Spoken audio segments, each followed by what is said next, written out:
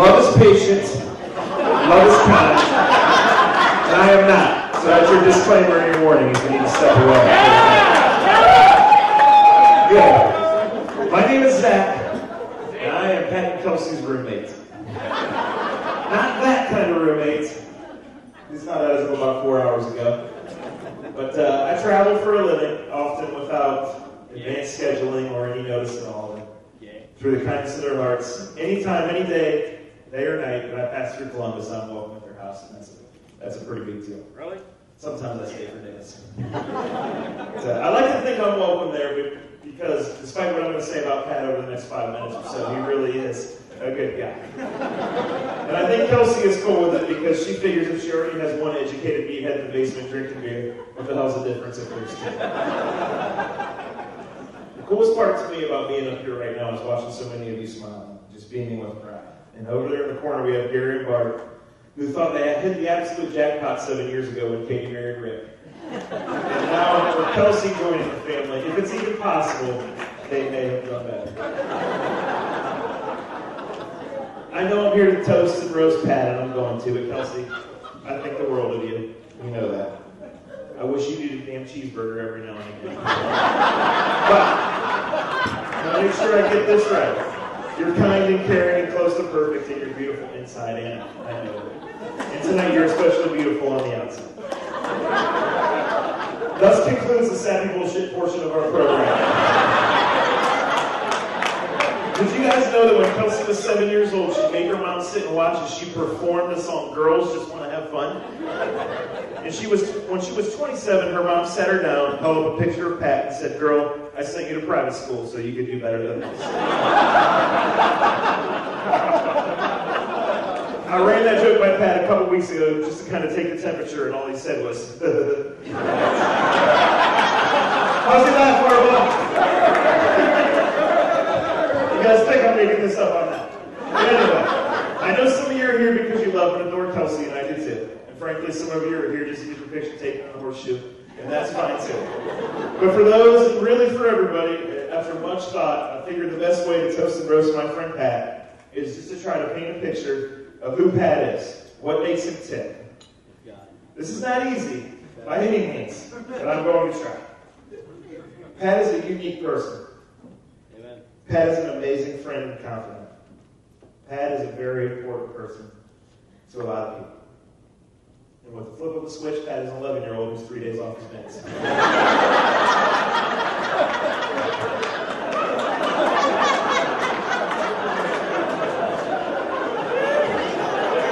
It was the great Manchester philosopher Kevin Dunn who once asked Pat, "Do you think you're a football player, bud?" And Pat said no, and that was kind of both right and wrong. See, Pat Kindig is not just a washed-up Manchester youth football legend. He's so much more. Pat loves life. Pat loves red meat and Golden Crisp chips and cold beer and football. His first love from Youngstown was not a striking blonde, but rather a curly-haired brunette named Vernon Kozak.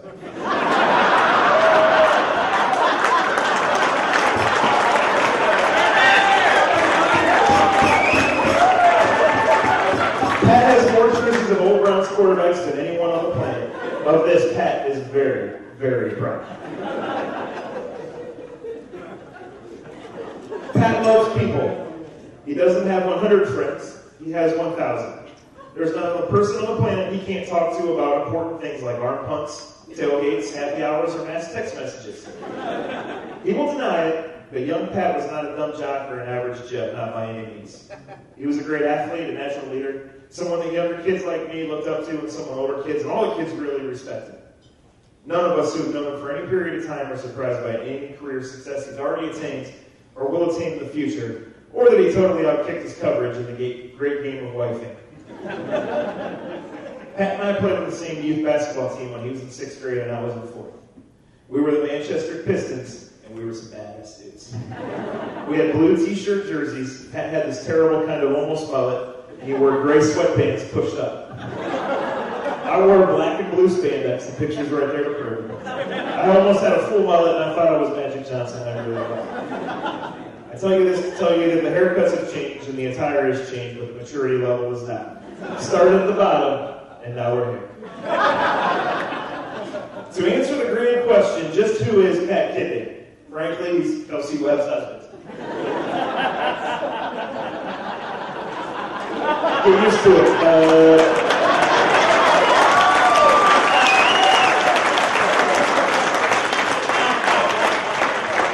But the truth is, Patrick Ray Kindig has been on an upward track since November 1977.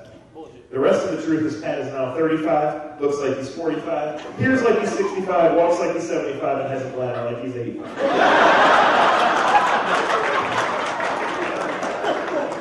Again, just the truth here, folks. Yeah, I think I know stuff, and believe me, I'll get wiser as the night goes on, but I subscribe to a thought I've kind of carried with me since way back, maybe the Manchester Pistons days, when I was younger and more impressionable and hung out with shadier characters than Pat, believe that or not. And that saying is, you are who you hang with. At almost any age, I believe it's true. So I just need to show you guys. Guys, I need you all to stand up, please. No, you're going to see who you hang with here. And I need Workman, Stalzer Sisters, and Richie. Phil and Sliger, you guys are already stand up. Yeah, I wrote this joke just to say that. Hey. Barcelona, Simmons, everybody. Pat Kindig, you are who you hang with. Look out there and over there. And as you, on the most important day of your life, as you enter this next phase, you are somewhere between a hardworking middle-class kid living the dream and a multi-denominational hillbilly cheerleader with multiple education. Congrats, Kelsey. He's all yours now.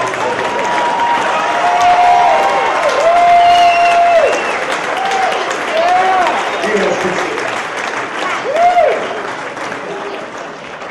Looking back, I did know right away that Kelsey had not only a certain glow, but a certain maturity and a certain polish that might turn his Neanderthal into something resembling an adult.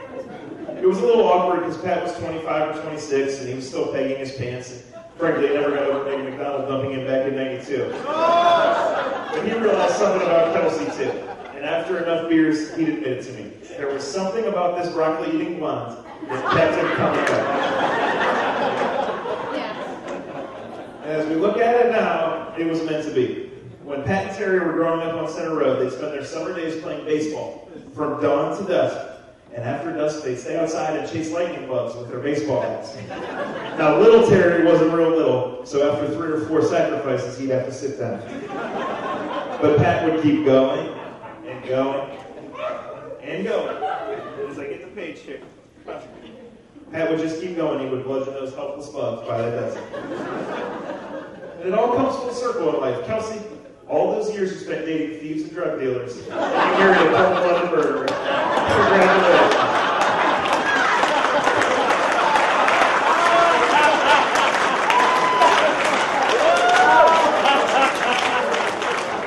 I conclude this particular bludgeoning by asking each of you to join me in a toast to our friends and our family members and our smiling and beautiful couple, my roommates. It's a toast to Pat and Kelsey, a true Columbus power couple. Kelsey spends her mornings entertaining the masses on the airwaves and spends her afternoons burning up her cell phone battery, working on the next day's show, and chasing the latest celebrity gossip. Pat spends his mornings sleepy-eyed in his boxers, making peanut butter toast and listening to Kelsey on the radio, looking up pictures of the River Bowl on the internet. Pat spends his afternoons sending group text messages to all of us, asking deep questions like, anybody want to go to the Browns game on December 21st? No, Pat, nobody wants to go to the shitty Browns game. But yes, Pat, yes, we'll go, just because you're going, and we know we'll have a good time. From now on, though, you got to run it by your wife first. She calls the shots. Dude, she's way out here leaving. So Pat and Kelsey, thank you.